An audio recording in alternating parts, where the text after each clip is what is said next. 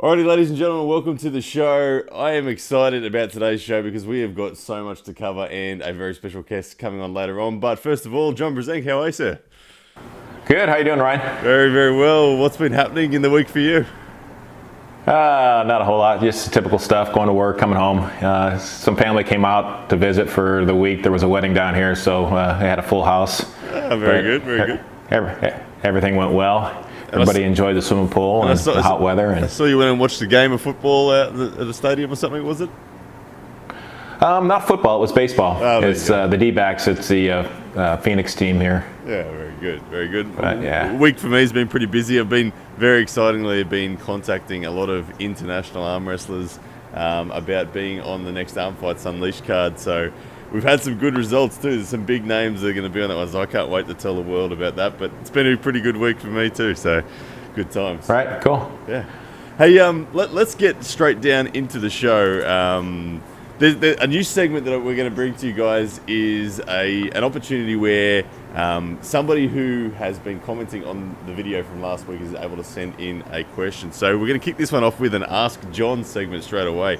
John, there was a question. You didn't warn me about this. Okay, so that's okay. And this week's question, John, comes from a fellow by the name of Kasparov number 9 on YouTube, and he sent in the question about Alexei Voivoda and yourself back in 2004. A match happened, obviously surrounding Pulling John, but wanted to know why didn't a match with Alexei Voivoda happen anywhere after 2004, and instead a match happened with Michael Todd where Alexei kind of just went straight through Michael Todd 6-0. So there you go, John. Oh, well, you have to probably ask Igor that. To be honest with you, I really don't know why I wasn't set up with a match with Alexei. I don't know if it was his doing or my doing that wasn't in the cards. But I would have loved to try to pull him again. But yeah, no, I think that was probably more Igor's doing than or either that or Alexei just didn't want to, arm wrestle at that point. I know he took some years off and then he got involved in the bobsled stuff, so he was kind of off and on, and I don't know. To be honest, I really don't know. I don't know if it wasn't any lack of desire or confidence on my part. I would have loved to try to pull him again. Yeah, and I guess obviously the match that we've all seen of you pulling with Alexei was in that Pulling John documentary where it seemed like that was like his massive goal of his was to build towards that match. What was your shape like coming to that? I understand you weren't in ideal condition. Is that the case? Yeah, until the Pulling John crew came around, I was honestly so close to retiring. I was having some serious elbow issues for years and just deteriorating and just feeling like it was the end of my career. But because of them, they ended up getting me and pushing me back into the sport. So at that particular time, I pulled the 95 kilo class. I was only 209. Very light, not really training a lot because of just the soreness and the injury in my elbow. He was definitely very well prepared. As everybody knows, he ended up pulling Travis months before that and then getting beaten the world. So he had, I think more of his focus was on beating Travis than going up against me. Great tournament. I mean, it's evolved into a monster tournament now, right? With all kinds of super heavyweights and just probably one of the greatest arm wrestling tournaments of the year. But well, there we go. Yeah, I wish I would have been able to pull Alexei maybe either 10 years prior to that or maybe even 5 years after that. It would have been nice to really test to see exactly where I stood. We've seen Alexei randomly pop back into the sport, I think a couple of years ago, or maybe a year and a half ago, 2 years, against Tim Breznan, and it seemed like he was going to make a comeback, but then Tim Breznan put a stop to that, and so I don't know. Right. Well, he was definitely not his size and commitment that he was back when I pulled him in 2000. What was it, 2 or 4? And then when he pulled Michael Todd, also he was huge, an extra probably 40-50 pounds versus when he pulled Tim Breznan. So big difference. But he's a load no matter what. I mean, the hand size and strength and width and the hand control that he had and the back pressure was for sure. was unbelievable. Yeah, definitely. Well, Kasparov9, thank you very much for that question. And John, there we go. We now know what the story was there. But guys, the next segment we're going to go into is going to be brought to you by Armwrestling TV. They are probably one of the most kick-ass channels on YouTube for arm wrestling content. So go check out Armwrestling TV. But we're going to do the breakdown now. So in the breakdown, we are going to be jumping into a video and analysing the specific techniques that are going on there to show you how complex this sport is. And the video that we're going to be breaking down today is a exhibition match that recently took place at the NAL Championships with none other than Travis Bajan and Mr. John Brzenk himself. All right, so... Okay, yeah. The one guy's really weak. He hasn't been arm wrestling for 3 years. He's obviously badly out of shape. And all right.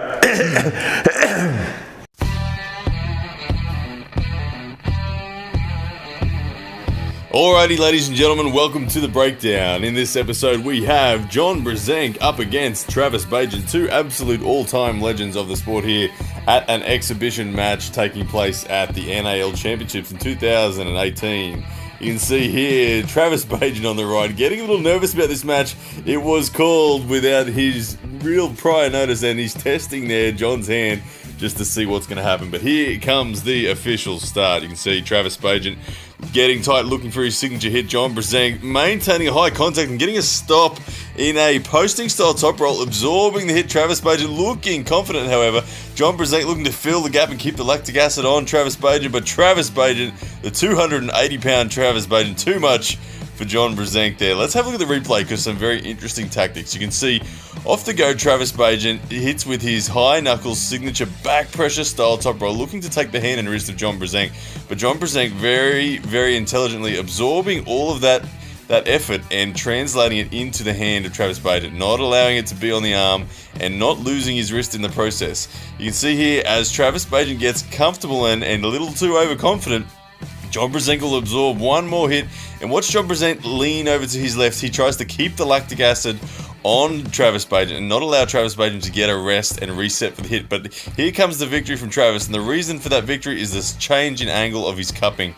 You'll see he cups through the pinky rather than through the index finger, and that changes the angle for John, and that, ladies and gentlemen, is the breakdown.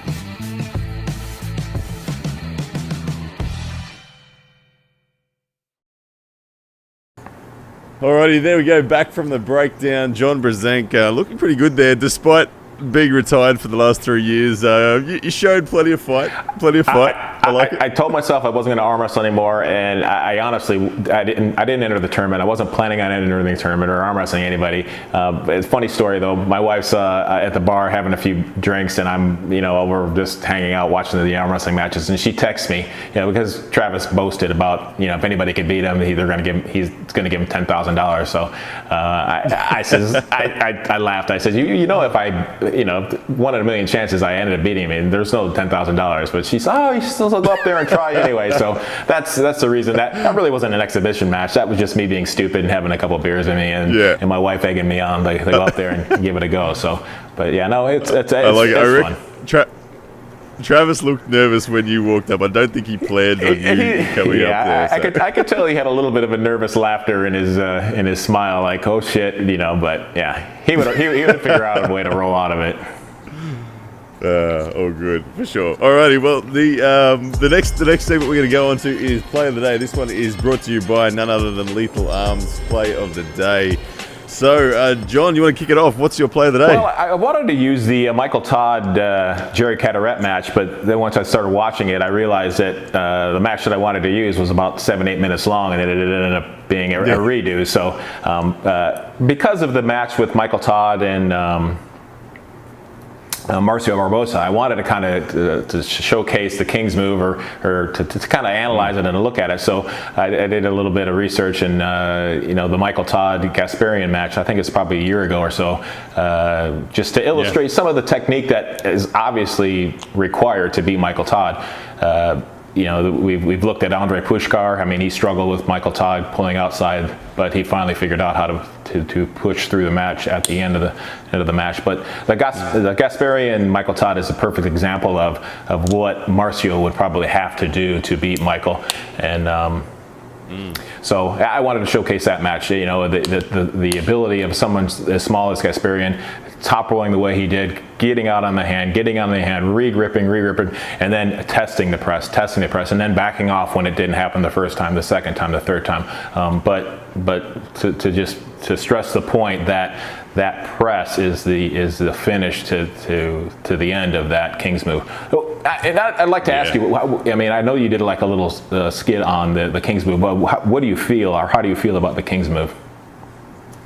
Yeah, the King's move, I mean, it's, I guess, aptly named the King's move as though it's unbeatable. But as you've described there, and you've done it yourself, and like you said, Pushkar and Gasparini have certainly demonstrated how to go around it. I feel like the King's move, or beating the King's move, is almost like an IQ test on your table awareness, because so many times I've seen people just try to go through the King's move and just hit for the win, and when you watch people like up against George Zakowicz, you just can't. You're just not going to bleed someone quick enough whilst you're trying to just hit sideways. So I think that the King's move, I personally don't like to go there myself. But I respect it. I respect it as a part of the sport. It's a difficult move to pull off. I've tried to play around with it a little bit too, and of course, I never trained to do it. I mean, I just thought it. In the early stages, I thought it looked ugly. But I mean, I have to give Michael, props for perfecting that and doing everything that he could do to make Michael Todd the best arm wrestler he can be. Obviously, Michael Todd was not equipped with the hand strength and size that some of his other opponents have had. So he's had to figure out loopholes and ways around to make it happen. And kudos for him for doing that. And I'm starting to become more of a fan of it, especially after the Michael Todd Jerry Caderet match. I mean, it is exciting to see two guys really gut it out like that and sweat and blood and tears and 7-8 minute long matches. I mean, obviously arm wrestling needs more drama like that. So I'm becoming more of a fan of the King's move. I was gonna say, John, as well. Now that you've turned 54, the King's move seems to be the move for the guys that are sticking around in the sport in the later years. Like, I mean, obviously once elbow pain kicks in and joints start wearing out, you can't just fight for the center of the table like you once could. A lot of guys using the King's move after they've been pulling for 20, 30 years and it becoming their go-to. Right. So maybe we'll see a resurgent job with the King's move.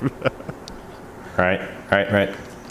So moving on. All right. So my play of the day this week, the WAL had a Syracuse qualifier, and there was a fantastic final that took place between Paul Lynn of the USA and Brendan Lemon Mulvihill. Hopefully I said that name correctly, from Canada. Obviously, Paul, I've had the opportunity to pull Paul in recent months and feel what he's capable of. And Brendan Lemon Mulvihill, I believe, is the Canadian champ up there in his weight division. They had an absolute screamer of a final.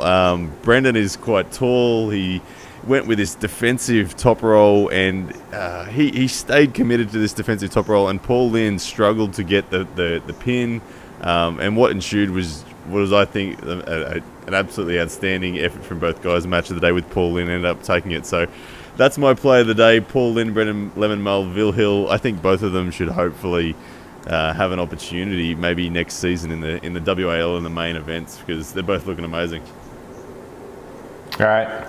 Yeah, and just throw this out here. I mean, I asked you this question earlier in the week. Like, where do you go for the play of the days? I mean, I'm kind of a newbie to YouTube. I mean, I'd like to see some of the newer matches. I guess maybe I'm not setting up the criteria to know new matches, and I don't want people sending me their matches because I might, Facebook will be flooded with videos. But yeah, we need to officially figure out matches that are happening more recently to look at and to appreciate. Yeah, for sure. No, I get you with that one.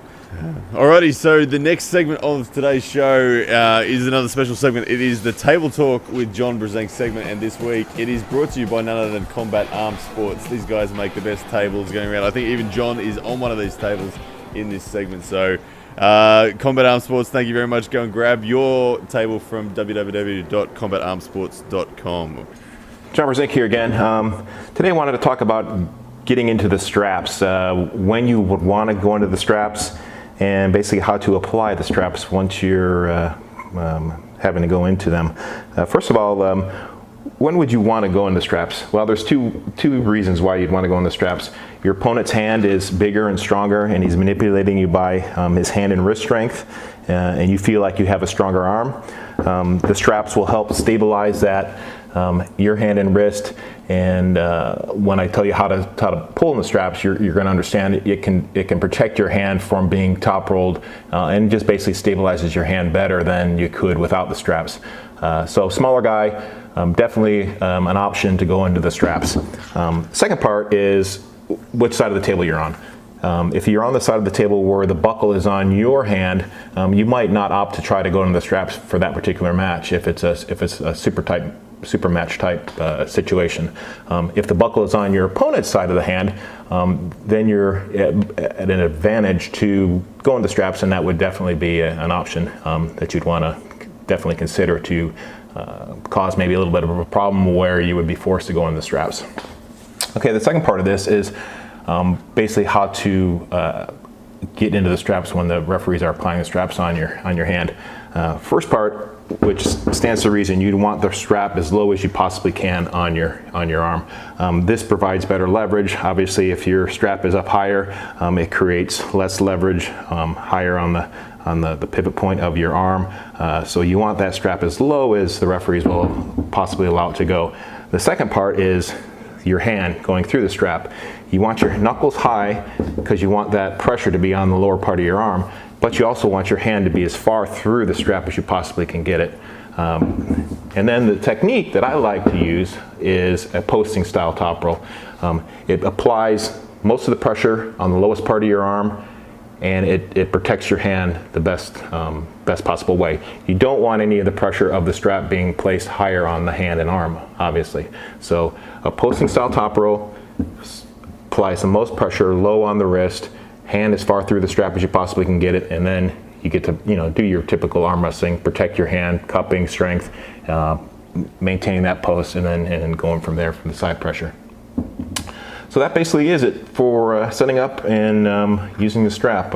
Hope that helps. Bye. Alrighty, back from that segment. John Brzenk talking about the straps there. Interesting. I'd love to ask you about your time in the straps. I know that I am a puller who trains on the table probably 90% of my table time in the straps. Were you someone who trained a lot in the straps, or were you outside of straps training?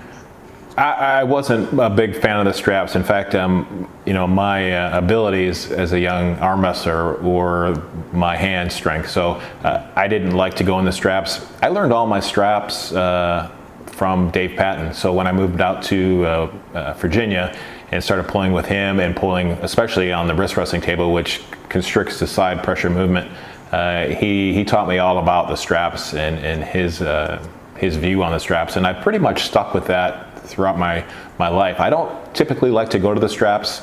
Very, very few times do you'll ever see me in the straps, but there definitely is some little tricks of the trade for sure. Yeah, I know that I have some pins on people in the straps that I just simply know I wouldn't be able to pin outside the straps. So I've become, I think it was largely Devin Larratt influence. When he came out to Australia, he kind of said to us that, look, if your opponent wants the straps, they're going to get it. So you want to start kind of from there and work backwards in terms of what you need to have. So I feel like I'm a strap puller, but and there's nobody can argue that the more you practice in a particular situation, such as the straps, the better you're going to get at it. So for sure, if that's part of your game, you need to spend some time at practice, a lot of time at practice in the straps, and yeah. Absolutely. Alrighty, well, let's move on to the next segment. We have got a big next segment coming up. It is, of course, going to be talking with our guest, Neil Pickup. Okay, very anticipated this one, because Neil is like the godfather of arm wrestling for me. So let's get Neil Pickup on the line. All right. Neil Pickup, you there? Hey Ryan, how you doing, mate? Very well, very well. How is the UK treating you, sir? It's not too bad. It's we've just come off 2 months of sunshine. It's unusual for the UK. I think the last time we had anything like this was the 70s. So John will have only been about 50 years old at that time. Oh, unreal, unreal. It's 2:30 a.m. here in Brisbane. I'm sitting in the shed. We got the Bermuda Triangle of time zones here with the UK, Australia, and the US. So it's winter down here. I'm pretty cold, so you can have the sun.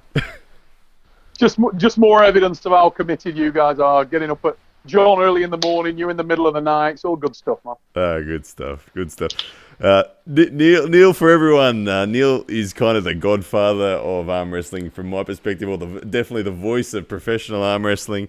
Obviously, there's so much that we could start with and ask you. But look, I want to start, Neil, by asking one of the questions that are kind of on topic with what's going on in the arm wrestling world at the moment. With the WAL back in full swing, there are a lot of people asking, where's Neil? Are we going to see Neil supporting the WAL again? And when are we going to hear your voice next, mate?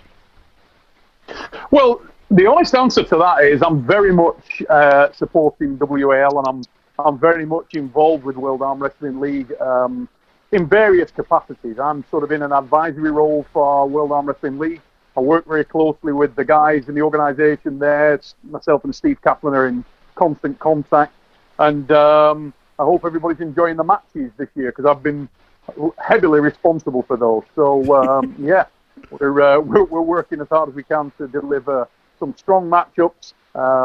We really do put in a lot of time and effort on that, and pretty happy with the outcome so far. But yeah, I haven't been over there this year commentating, but that's going to change. I'll be back in the commentary seat for the final event of the year in September in Atlanta, so I'll be going over there personally. I was going to go over for the one in LA, but unfortunately the dates didn't work for me. I had prior commitments, but really looking forward to getting out there to getting things done with Ben Holden again as well. Big buddy of mine, Ben, so really looking forward to it. And I think we've got something special lined up in September too. Yeah, that's awesome. That's awesome. Yeah, that is a long trip for you, Neil. I feel for you. That's, to be going back and forth between there and the States is a trip.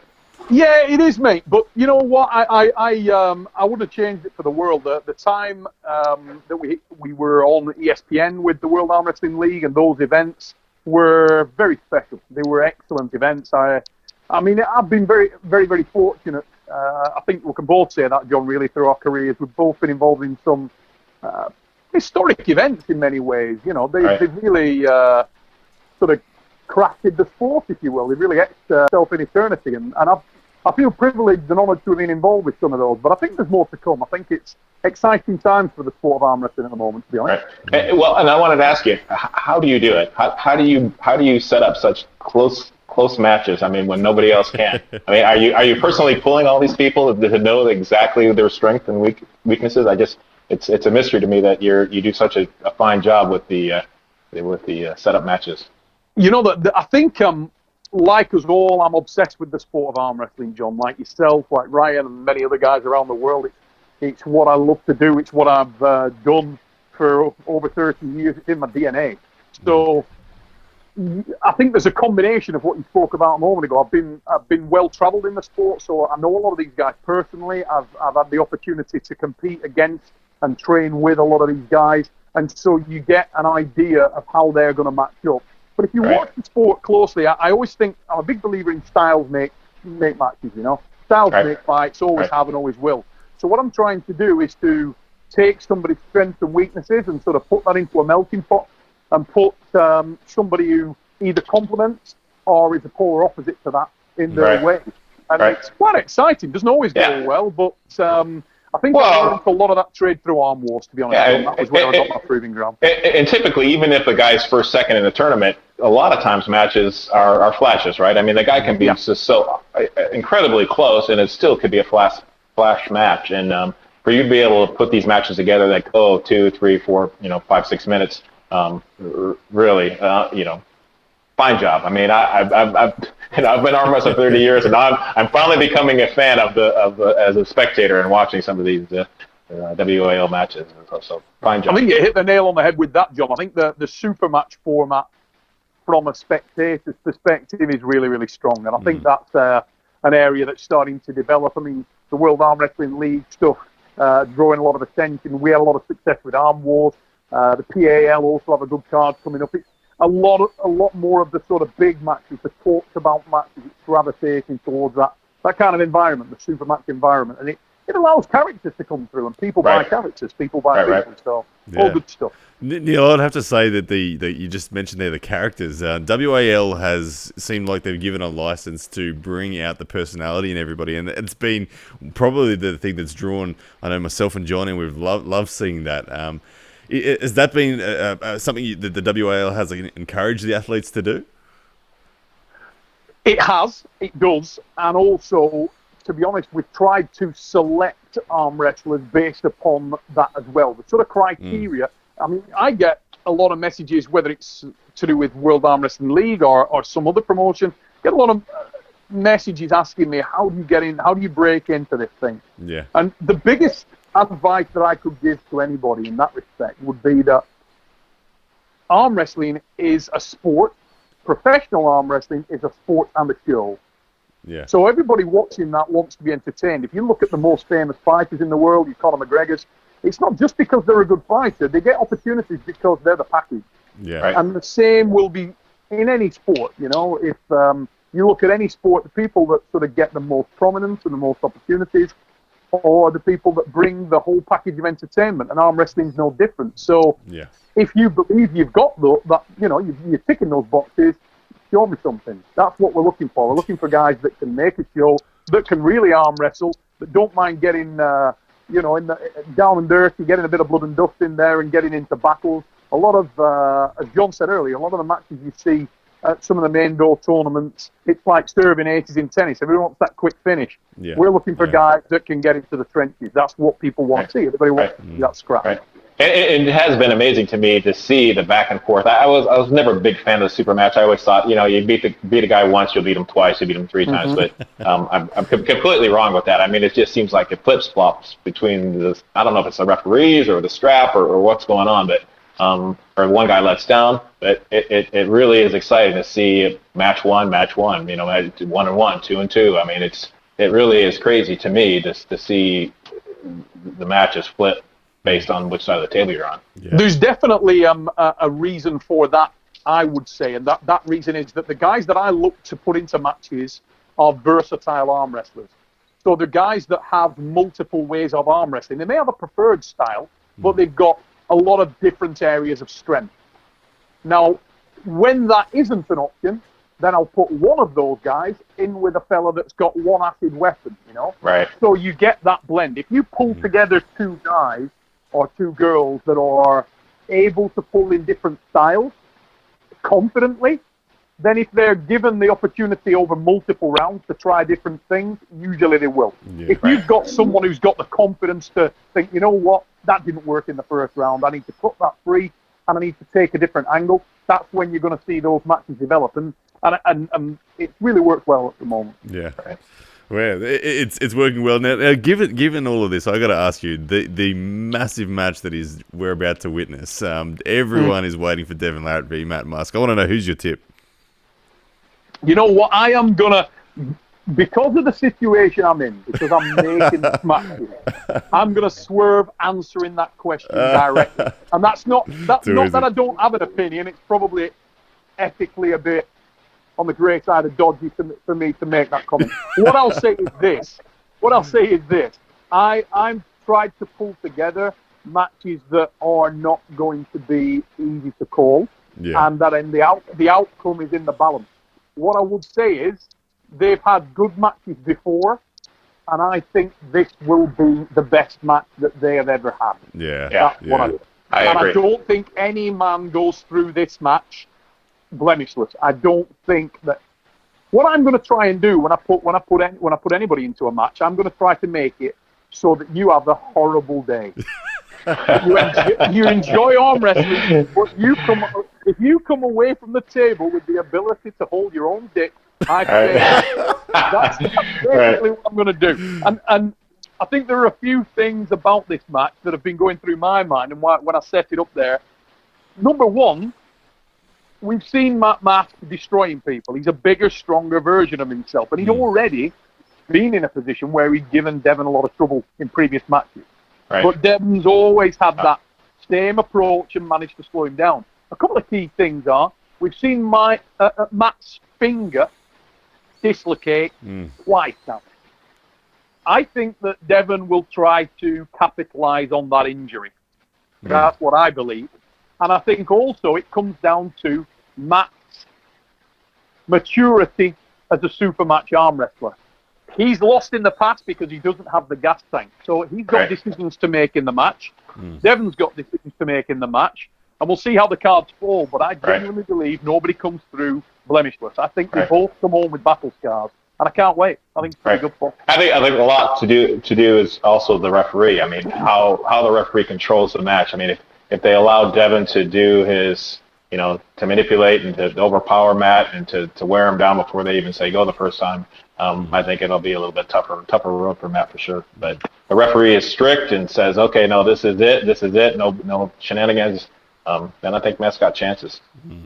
He certainly has the chance. He's got a better chance to win this match than he's ever had with Devon. I think a key thing to note is that in most Devon Larratt matches, and in a lot of matches around the world, some people have an approach on the table and only on the table.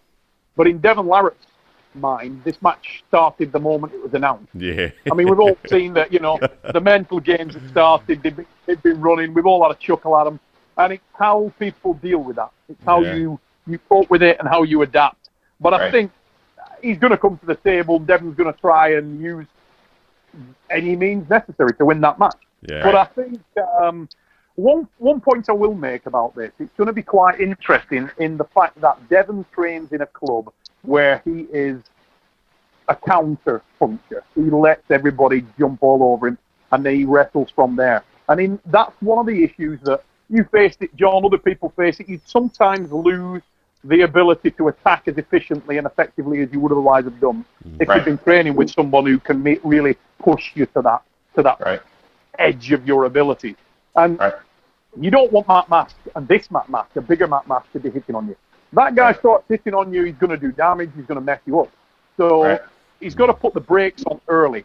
And I think most times that Devon and Matt come to the battlefield, they've got a lot of weapons, particularly Devon, because he's very versatile.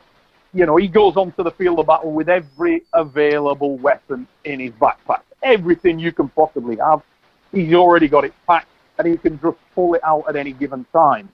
Most people that he arm wrestles against go onto the same battlefield with a fucking teaspoon by comparison. They just don't have the same amount of arsenal that he has. Matt has got a lot of that leverage covered.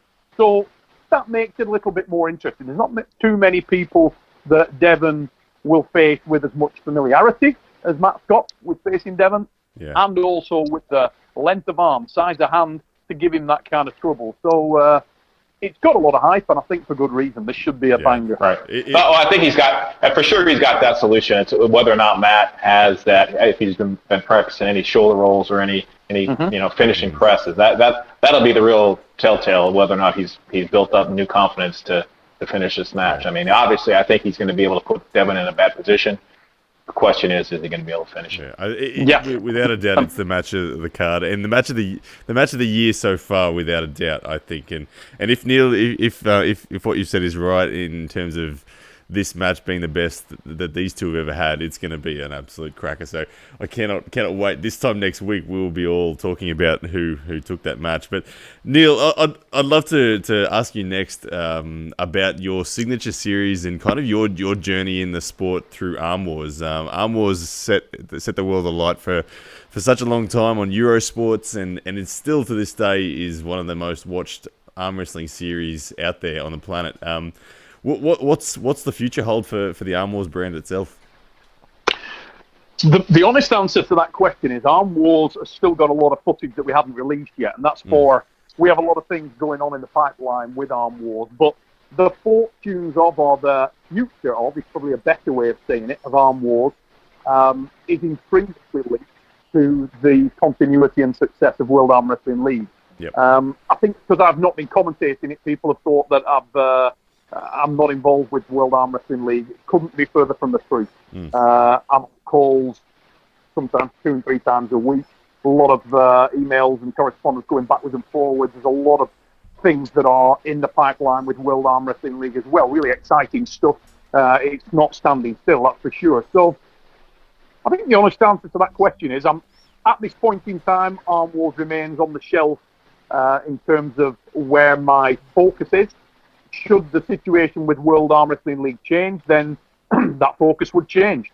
Yeah. What I would say is I've got an event planned anyway, which some people know a little bit about. Some of the guys that potentially would be involved in that know a little bit about, but it would be very much along Arm Wars of Nations is the most accurate description I could give it. And that's probably coming back end of this year, early next.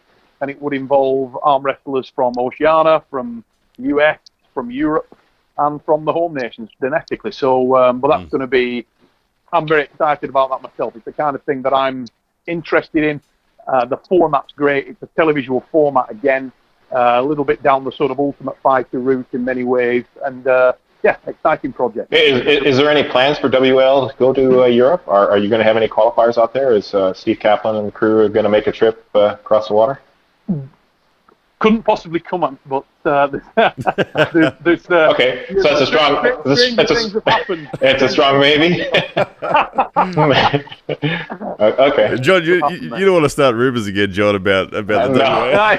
I've already got Krasny coming out. I have no idea whether or not it's true or not. But so, if you're lining up anybody other than Krasny, I'm going to be. I'm looking at a lot of people from a lot of countries as potential arm wrestlers for World Arm Wrestling League. So right. Yeah. Well, obviously the other factor is, like you said, the entertainment factor plus the speaking English is probably pretty important for the WAL. I don't know. Yeah, even 100%, mate. Yeah, it really is. I mean, at this point in time, this is a venture that right now is centered around North America. Obviously, the presentation and everything at the moment is around North America, so the roster is heavily North American with some international flavour. That can change as the thing goes forward, but I think the guys that they're bringing over from Europe at the moment slot in. One of the most difficult jobs is actually selecting the right guys and the right match, because there are a lot of arm wrestlers out there. There are a lot of really deserving arm wrestlers out there that, I mean, I drive myself nuts with it. That's where the sort of mediator comes in with World Arm Wrestling League, because they have a set of guys that they would like me to work with, and you're sort of restricted a little bit by that. You got to work with what you presented with, the guys you presented with. But there are so many, and slowly but surely, new guys are coming in there. New guys are being considered, and I'm sure that'll continue. I hope it does as this thing grows. Yeah, that's awesome. Yeah, Neil, I'd love to ask you. You've had a lot of involvement not only in the arm wrestling world, but in the strongman side of the world as well. We've seen you commentating at huge events, following Eddie Hall, Thor, and many others. How do these two worlds collide for you? And do they blend together? They do, mate. I think there's I think strength fans are strength fans all over the world. I mean, if I was to ask you two guys, do you like any field of strength? I'm pretty sure the answer will be yes. If you're into strength sport and you identify with a strength sport, there's a real crossover. And I think you find that whatever sport you're into, if you go and speak to powerlifters, would they be entertained by and enjoy watching arm wrestling? Absolutely. Yeah. Strongman, the same, and so on. So they definitely complement each other. I've really done a tremendous amount of work within strongman at the moment. It's sort of become a second home for me, really. The way that sport has exploded. I mean, we're doing arena shows over here with 15,000 people. Yeah, amazing. It's crazy, and that's been boosted by guys like anything else. If you're in an era or you're in a time within a sport where there are great characters and people who are genuinely different from those before, it really assists the sport to explode. And Eddie Hall, Thor, Brian Shaw, these people have all really assisted in that respect. And the guys who are lifting bigger, heavier weights than they've ever done. I mean, ridiculous feats of strength, and exciting times for that as well.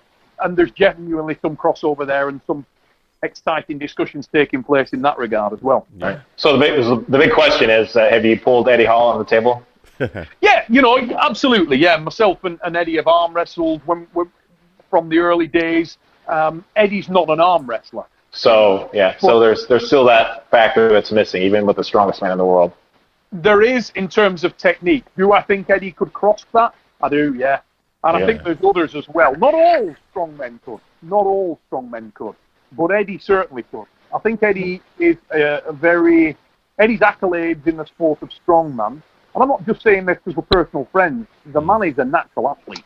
Since he was a kid. I've seen him swim.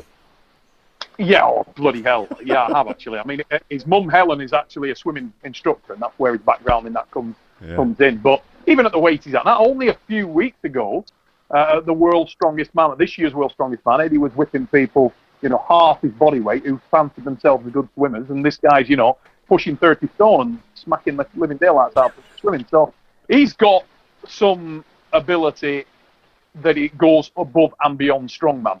And I think he would dedicate hard, and he'd probably be able to cross into a lot of sports. There's other guys as well that can do that. Vitautas Lala is another guy that, believe me, that's a bad man. Right now, take the wrapping off and get it out, because that's a bad man. That'll give most people that he arm wrestles right now, he'd tear a new one.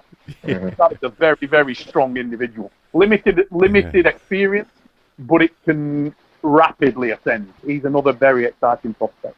Yeah. I've always thought that that it's kind of like it's hard to teach an old dog new tricks. It's hard to teach a strong man to not arm wrestle on one plane or where he thinks he's strong. And so you think that Eddie's got the ability to reinvent himself and start from scratch if he was to come across?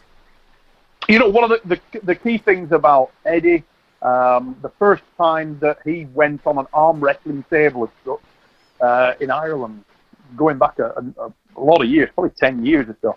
And as soon as he sort of understood that there was a technique involved with the sport, he wanted to dig deeper. Straight away, on that first day, he had an area of, he's a very professional strongman. He takes consideration about what he's doing in all areas. So as soon as that discipline was introduced, he wanted to understand what disparate elements made the arm wrestler stronger, made you be able to get that rubber on the road, that power down. And he definitely respects that. We've had events where Eddie's come and watched, some of the UK lads lightweights, and he sat there all day watching them. So he's got a degree of understanding, and I'm sure he would be very, very keen to do more. But right now, it's just finding a minute to breathe. He's a busy man. Yeah, I bet. Neil, I'd love to kind of hear about some of the favourite moments in your journey within the sport. You've had not only a decorated career in the promotion side of things, but as an arm wrestler yourself, you're a multiple world champion. You've done it at the Masters level as well. You've now got two young sons, Dempsey and Riley, who are following in your footsteps. Has there been a favourite moment in the journey as on the competitor side and that? Wow, yeah, that's so many.